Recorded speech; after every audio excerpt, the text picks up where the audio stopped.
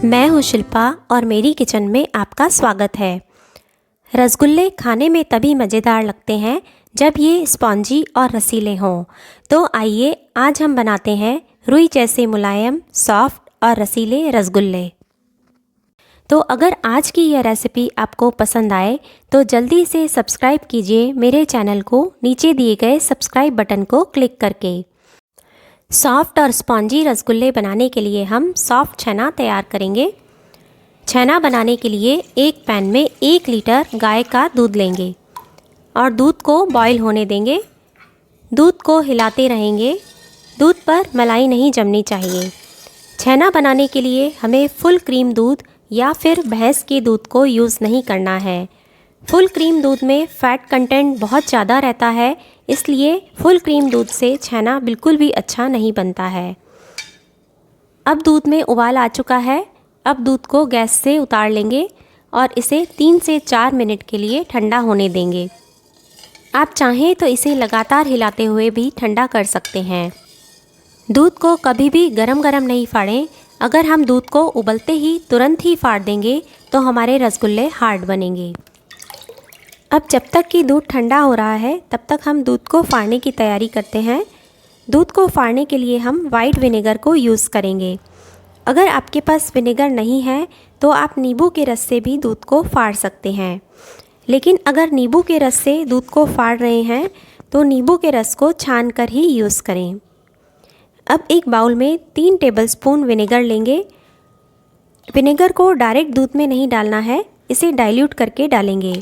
अगर हम डायरेक्ट ही विनेगर को दूध में मिक्स कर देंगे तो छेना बहुत ही हार्ड बनेगा। अब इसमें 3 टेबलस्पून पानी मिक्स करेंगे। दूध अब ठंडा हो गया है। अब हम छेना बनाते हैं। डाइल्यूटेड विनेगर को चम्मच में भरकर थोड़ा थोड़ा पूरे बर्तन के ऊपर फैलाते हुए धीरे धीरे डालेंगे।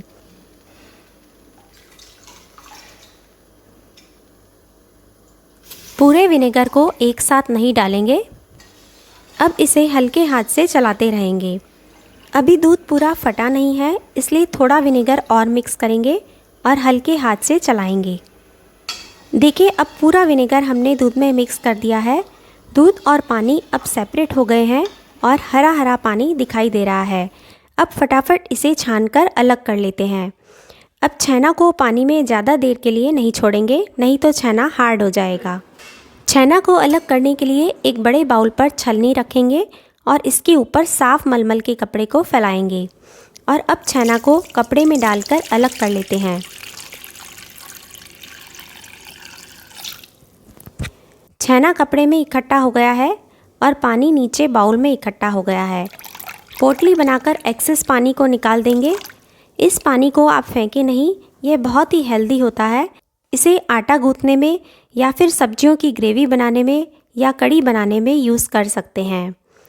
और अब एक और बर्तन लेंगे और इसमें इस छेना को अच्छी तरह से ठंडे पानी से धो लेंगे। ठंडा ठंडा पानी पोर करते जाएंगे। ऐसा करने से छेना का कुकिंग प्रोसेस रुक जाएगा और छेना हार्ड नहीं होगा, और साथ ही विनेगर की खटास भी पूरी तरह से छेना में से निकल जाएगी। अब छेना को 2 बार हमने पानी से अच्छी तरह से धो लिया है और विनेगर की खटास भी छेना में से निकल गई है। अब इस पोटली को हल्के हाथ से ट्विस्ट करके एक्स्ट्रा पानी निकाल देंगे और एक टाइट नॉट बना लेंगे। और अब इस पोटली को नल के ऊपर या फिर ऊंचाई पर किसी भी जगह पर 30 मिनट के लिए लटका देंगे ताकि इसमें से एक्स्ट्रा पानी निकल जाए। अब जब तक कि छेना रेस्ट कर रहा है, हम रसगुल्ले के लिए चाशनी तैयार कर लेते हैं। चाशनी बनाने के लिए हम एक चौड़े बर्तन में 1 कप शक्कर लेंगे और इसमें ऐड करेंगे करीब 6 कप पानी। रसगुल्ले के लिए चाशनी पतली ही बनानी होती है। चाशनी गाढ़ी होने पर रसगुल्ले रस को एब्जॉर्ब नहीं कर पाते हैं। चम्मच से हिलाते हुए मिक्स करेंगे जब तक कि चीनी घुल नहीं जाए। चीनी अब घुल गई है और चाशनी में अब उबाल आने देंगे। और आइए, अब छेना को रेस्ट करते हुए 30 मिनट हो चुके हैं। अब इसे किसी चौड़ी परात में या फिर कोई थाली में निकाल लेंगे। अब आप देख सकते हैं कि छेना में अभी भी हल्की सी नमी बनी हुई है। बस इसी तरह का छेना हमें चाहिए। अब छेना को हथेली के नीचे वाले पोर्शन से मसलते जाएंगे जब तक कि छेना एक सार ना हो जाए। स्पॉन्जी रसगुल्ले बनाने के लिए छेना भी परफेक्ट होना चाहिए। छेना में थोड़ी सी नमी होनी ज़रूरी है। अगर छेना सूखा सूखा सा होगा तो हम छेना को परफेक्टली मसल नहीं पाएंगे और रसगुल्ले परफेक्ट नहीं बनेंगे। इसलिए तैयार छेना को कपड़े में बांधकर आधा घंटे से ज़्यादा देर के लिए नहीं छोड़ें। ज़्यादा देर छोड़ने पर छेना में से नमी पूरी तरह से निकल जाएगी। अब छेना स्मूथ हो गया है और छेना में कोई भी तरह के दाने नहीं हैं। और अब इसमें ऐड करेंगे 1 टीस्पून कॉर्नफ्लोर। कॉर्नफ्लोर को ज़्यादा नहीं मिलाएं, बस एक छोटी सी चम्मच ही मिलाएं। अब इसे भी छेना में मिक्स कर लेंगे। कॉर्नफ्लोर मिक्स करने से छेना को बाइंड करने में मदद मिलती है और यह छेना की एक्स्ट्रा नमी को भी एब्जॉर्ब कर लेता है। अगर कॉर्नफ्लोर के बिना हम छेना की बॉल्स बनाएंगे तो वो चाशनी में जाने के बाद बिखर सकती हैं। अब छेना को मथते हुए करीब 5 मिनट हो चुके हैं। कॉर्नफ्लोर भी छेना में अच्छी तरह से मिक्स हो गया है। अब छेना में हल्का सा घी भी छूट गया है और हम इसकी बॉल भी बना पा रहे हैं। बस इसी स्टेज तक हमें छेना को मथना बंद कर देंगे। अब छेना को 2 पोर्शंस में डिवाइड कर लेंगे और छेना को थाली पर रोल कर लेंगे और इसको बराबर पोर्शंस में कट कर लेंगे।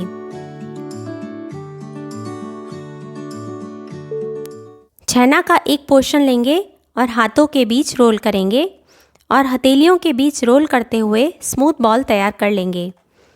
आप देख पा रहे हैं कि बॉल्स में एक भी क्रैक नहीं है। इन्हें सेपरेट प्लेट में रखते जाएंगे।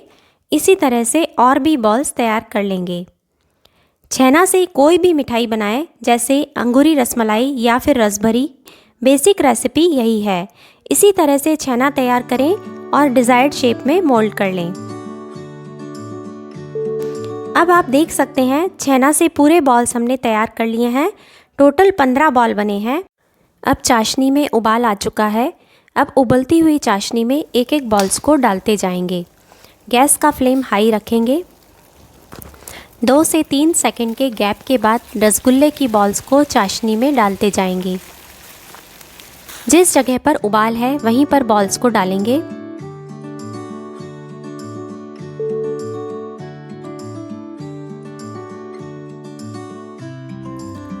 अब इस टाइम पर इन्हें चम्मच से या फिर कोई भी दूसरी चीज़ से टच नहीं करें। बॉल्स अपने आप ही चाशनी में तैर रही हैं। मिठाइयों में सबसे सरल मिठाई रसगुल्ला होती है, बस ये थोड़े से ट्रिकी होते हैं। अगर आपका छेना बिल्कुल प्रॉपर बना हो तो रसगुल्ले भी बहुत ही स्पॉन्जी तैयार होते हैं। रसगुल्ले की सबसे ख़ास बात यह है कि इसे बनाने में केवल दूध और शक्कर ही लगती है, जो कि हमारे घर में रहती ही है। बस अगर कोई मेहमान अचानक से हमारे घर आने वाले हों और हमारे पास कोई मिठाई ना हो तो इसे तुरंत ही बना सकते हैं। पूरी बॉल्स डालने के बाद इसे 5 मिनट तक खुला ही रखेंगे। 5 मिनट बाद आप देख सकते हैं कि रसगुल्ले की बॉल्स अपनी साइज़ से काफ़ी बड़ी हो गई हैं। अब इन्हें एक लिड से कवर कर देंगे और मीडियम हाई फ्लेम पर 12 मिनट तक और पकाएंगे। यहाँ पर एक बहुत ज़रूरी चीज़ ध्यान देने वाली है कि जब भी आप रसगुल्ले की चाशनी बनाएं तो बर्तन खुला और चौड़ा होना चाहिए। कभी भी कम चौड़े बर्तन में चाशनी नहीं बनाएं, क्योंकि जब रसगुल्लों को चाशनी में छोड़ते हैं तो वे चाशनी में जाने के बाद डबल से भी बड़े हो जाते हैं। ऐसे में अगर बर्तन सकड़ा होता है तो रसगुल्लों को फूलने के लिए प्रॉपर जगह नहीं मिल पाती है। इसलिए बर्तन थोड़ा खुला हुआ होना चाहिए। रसगुल्ले को पकते हुए करीब 15 मिनट हो चुके हैं और आप देख सकते हैं कि रसगुल्ले एक छोटी सी बॉल जैसे दिखाई दे रहे हैं। बस अब हम रसगुल्लों को 2 मिनट तक और इसी तरह से पकने देंगे। रसगुल्लों का कुकिंग प्रोसेस रोकने के लिए हम एक बर्तन में कुछ आइस क्यूब्स लेंगे और बर्फीला पानी तैयार कर लेंगे। इसमें चिल्ड पानी डालेंगे और अब इस बर्फीले पानी में इन तैयार रसगुल्लों को एक एक करके डालेंगे। पूरे 17 मिनट हो चुके हैं। रसगुल्ले अब पूरी तरह से पक चुके हैं। अब अगर इस टाइम पर हम रसगुल्लों को गैस बंद करके इसी गर्म चाशनी में छोड़ देंगे तो ये रसगुल्ले थोड़ी देर में ही श्रिंक हो जाएंगे। इसलिए इन्हें इसी शेप में बनाए रखने के लिए हम तैयार रसगुल्लों को बिना गैस बंद किए ही बर्फ़ वाले पानी में डालते जाएंगे। बर्फीले पानी में डालने से रसगुल्ले श्रिंक नहीं होंगे और अपनी शेप में बने रहेंगे और इनका कुकिंग प्रोसेस भी रुक जाएगा। सभी रसगुल्लों को हमने बर्फ़ वाले पानी में डाल दिया है और अब आप देख पा रहे हैं कि सभी रसगुल्ले पानी में नीचे बैठ गए हैं। इसका मतलब है कि रसगुल्ले पूरी तरह से पक चुके हैं। बस यही सही रसगुल्लों की पहचान है। अब 2 मिनट हो चुके हैं। अब इन्हें दूसरे बाउल में निकाल लेते हैं। बहुत ही स्पॉन्जी रसगुल्ले बनकर तैयार हैं। अब चाशनी भी रूम टेम्परेचर पर आ चुकी है। अब चाशनी को इन रसगुल्लों के ऊपर डाल देंगे और इन्हें ठंडा होने के लिए फ्रिज में रख देंगे। रसगुल्लों को फ्रिज में ठंडा करके चिल्ड सर्व करेंगे। तो ट्राई कीजिए रुई जैसे सॉफ्ट और रसीले रसगुल्लों की इस रेसिपी को। और अगर आज की यह रेसिपी आपको पसंद आई हो तो इसे लाइक शेयर ज़रूर कीजिए और चैनल को सब्सक्राइब करना ना भूलें। रसगुल्ले बनाते समय अगर आप कुछ बातों को ध्यान में रखेंगे तो आपके रसगुल्ले भी होंगे एकदम मुलायम और रसदार। छेना बनाने के लिए गाय के दूध को यूज़ करें। दूध को ठंडा करके ही फाड़ें। छेना तैयार होने के बाद इसे 30 मिनट से ज़्यादा देर के लिए नहीं लटकाएं। रसगुल्लों की बॉल्स को पकाने के लिए चाशनी हमेशा चौड़े बर्तन में ही पकाएं। कम चौड़े बर्तन में रसगुल्लों को फूलने के लिए प्रॉपर जगह नहीं मिल पाती है। रसगुल्लों को पूरा पकने के बाद गर्म चाशनी में नहीं छोड़ें। ऐसा करने से रसगुल्ले श्रिंक हो सकते हैं।